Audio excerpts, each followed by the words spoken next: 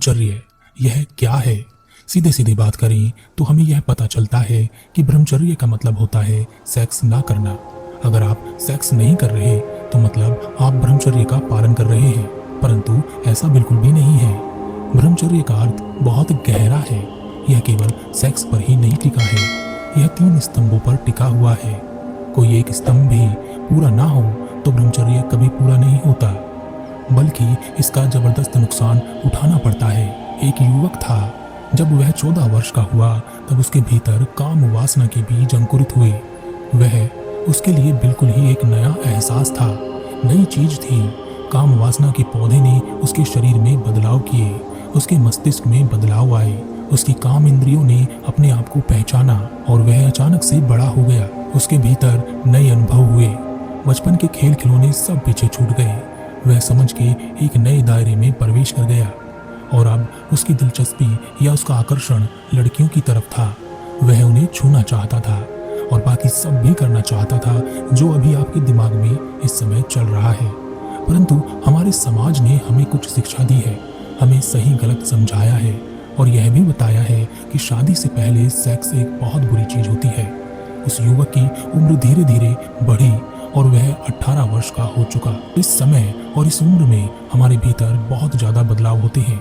शरीर में शक्ति तो होती ही है, क्रोध भी होता है और उसमें भी बड़ा अहंकार होता है। शरीर की शक्ति नियंत्रण में नहीं रहती, पर यह एक ऐसा समय होता है जहां पर अगर किसी युवक की बुद्धि सामान्य बुद्धि से अधिक समझ उत्पन्न कर ले तो इस उम्र में वह अपनी शक्ति को ऐसे कार्यों में लगा सकेगा जहां वह अत्यधिक सफलता प्राप्त करेगा।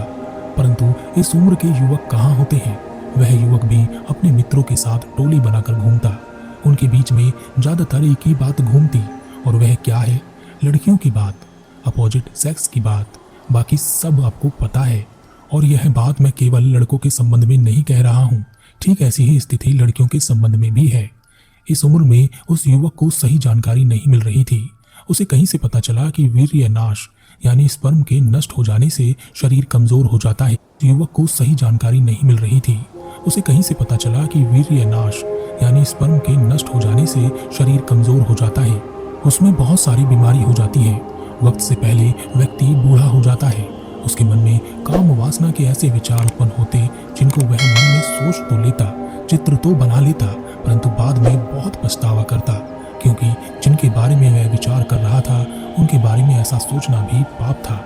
ऐसा समाज ने उसे पहले से ही समझा रखा था। अपने इस पछतावे के कारण एक तरह के डिप्रेशन में वह जा रहा था। वह संकल्प करता, शपथ लेता, कसम खाता कि अब वह इन बुरे विचारों को छोड़ देगा, परंतु कुछ समय बाद उसका संकल्प, उसकी कसम सब टूट जाती। यह सब करते करते अब वह 25 वर्ष का हो गया था। एक दिशाहीन जीवन जी रहा था। कुछ पता ही नहीं था कि क्या करे और क्या ना करे। दिमाग में तो काम वासना के विचार चलते रहते। उसने कहीं से ब्रह्मचर्य के बारे में सुना। उसने सुना कि इसका पालन करने से शरीर बलवान हो जाता है, चेहरे पर तेज उत्पन्न होता है और वह अपनी सभी बुरी आदतों से दूर हो जाता है। संकल्प ले उसने ब्रह्मचर्य का पालन शुरू किया और इस बार उसने 3 महीने तक कठोर संकल्प के साथ ब्रह्मचर्य का पालन किया।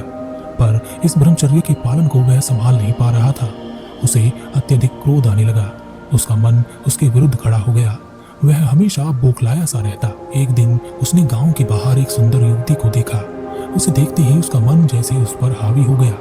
वह उस युवती के पास गया और उससे कुछ बातचीत करने की कोशिश की, परंतु उस युवती ने उस पर ध्यान नहीं दिया और वह आगे निकल गई।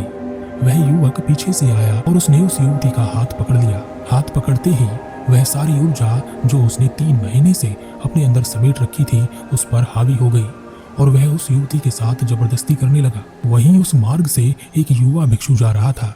जब उसने यह देखा तो उसने आवाज लगाकर कहा, सुनो भाई, यह मत करो, ऐसा करने की तुम्हें कोई जरूरत नहीं है, इससे तुम्हें कोई लाभ नहीं। पर उस युवक पर तो काम वासना का भूत सवार था। उसने भिक्षु की एक बात भी नहीं सुनी। तब भिक्षु ने जबरदस्ती उसे काबू में किया और उसके हाथ पैर बांध दिए। भिक्षु ने उस युवती से कहा, तुम सुरक्षित हो और अपने घर जा सकती हो। इस युवक का व्यवहार तुम्हारे साथ सही नहीं था, पर मेरी तुमसे यह विनती है कि इस बारे में किसी से कुछ मत कहना। यह युवा अभी अंधकार में जी रहा है, मैं इसे उजाले की ओर लाने की कोशिश करूंगा। वह युवा भिक्षु उस युवक को लेकर अपने गुरु के पास पहुंचा।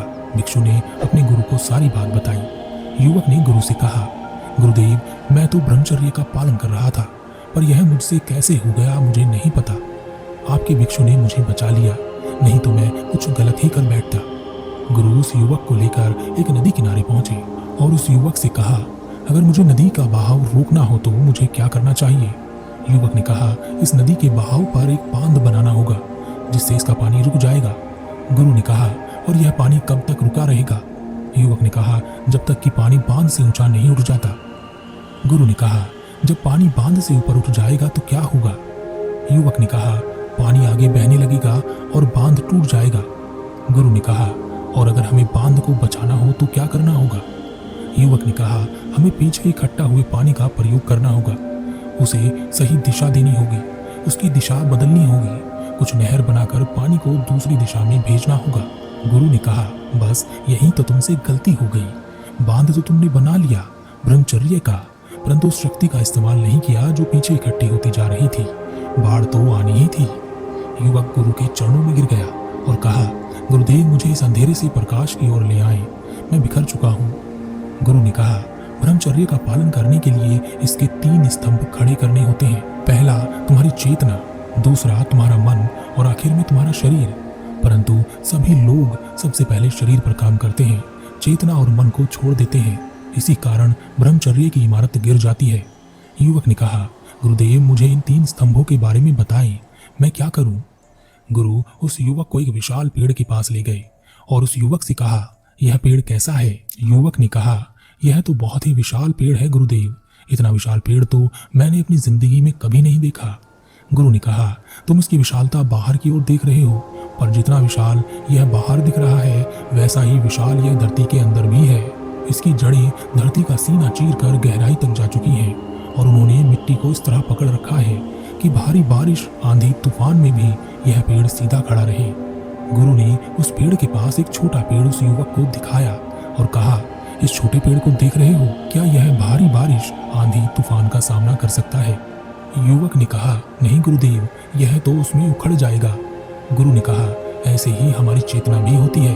हमारी चेतना हमारे भीतर जैसी होती है, हम बाहर की ओर वैसे ही प्रकट होते हैं। तुमने देखा, कुछ लोग बड़े से बड़े दुख का सामना बड़ी मजबूती से कर लेते हैं और कुछ लोग छोटी छोटी बातों में विचलित हो जाते हैं। यह उनकी चेतना के कारण ही है। तो पहला स्तंभ चेतना है, इसे अपने भीतर गहराइयों में जाने देना है, मजबूत करना है। ज्यादातर हमारी चेतना भय के कारण सिकुड़ी हुई रहती है। गुरु उस युवक को एक दूसरे स्थान पर ले गए और कहा, देखो वहां पर कुछ युवक आपस में बैठकर बातें कर रहे हैं, जाओ और उनके साथ बैठकर सुनो कि वह क्या कह रहे हैं। कुछ देर बैठकर मेरे पास वापस आना। वह युवक युवकों के पास गया और उनके साथ बैठकर बातें करने लगा। बातें करते करते बहुत देर गुजर गई और वह युवक यह भूल ही गया कि गुरु उसका इंतजार कर रहे हैं। जब वह सारे युवक वापस अपने घर जाने लगे तब उसे याद आया कि गुरु उसका इंतजार कर रहे थे। वह गुरु के पास आया और कहा, गुरुदेव, मुझे क्षमा करें, मैं भूल ही गया था कि मुझे वहाँ थोड़ी देर उनकी बातें सुनकर आनी थी। गुरु ने कहा, इसमें तुम्हारी गलती नहीं है, ऐसा ही होता है। वह युवक क्या बात कर रहे थे? युवक ने कहा, गुरुदेव, वह सभी काम वासना की बात कर रहे थे। गुरु ने कहा, और तुम्हें उसमें आनंद आ रहा था, इस कारण ही तुम मुझे भूल गए। दूसरा स्तंभ तुम्हारा मन है। जिस और तुम्हारा मन होगा, तुम्हारी चेतना का वैसा ही विस्तार होगा। मन संगत से बनता है और बिगड़ता है। तुम जिन युवकों की संगत करके आए हो सकता है तुम्हें ऐसा लग रहा हो कि यह गुरु क्या फालतू के प्रवचन दे रहा है। यह सुनते ही वह युवक गुरु के चरणों में गिर गया और कहा, गुरुदेव, आपको कैसे पता चला कि मेरे मन में क्या चल रहा है? गुरु ने कहा, अगर तुम अच्छी संगत करोगे तो तुम्हारा यह दूसरा स्तंभ यानी तुम्हारा मन सही मार्ग की ओर चलने लगेगा। जब यह सही मार्ग की ओर चलेगा तब तुम्हारी चेतना विस्तार लेगी और बाहर की ओर तुम्हारा व्यक्तित्व विस्तार लेगा। ब्रह्मचर्य का तीसरा और आखिरी स्तंभ तुम्हारा शरीर है। जब मन अच्छी संगत में चलता है तो वह मजबूत होता है, चेतना विस्तार लेती है और तुम्हारी समझ बढ़ती है, जिसके कारण तुम्हें तुम्हारे शरीर की इंद्रियों पर नियंत्रण नहीं करना पड़ता, बल्कि वह तुम्हारे अनुरूप चलती है। तब तुम्हें कोई संकल्प, शपथ या कसम खाने की जरूरत नहीं पड़ती। युवक ने कहा, गुरुदेव, मेरा मार्गदर्शन कीजिए, मुझे क्या करना चाहिए? गुरु ने कहा, सबसे पहले खुद को नियंत्रित करने की कोशिश छोड़ दो। अच्छी संगत करो, मेरे भिक्षु शिष्य के साथ अपने दिन का कुछ समय बिताओ।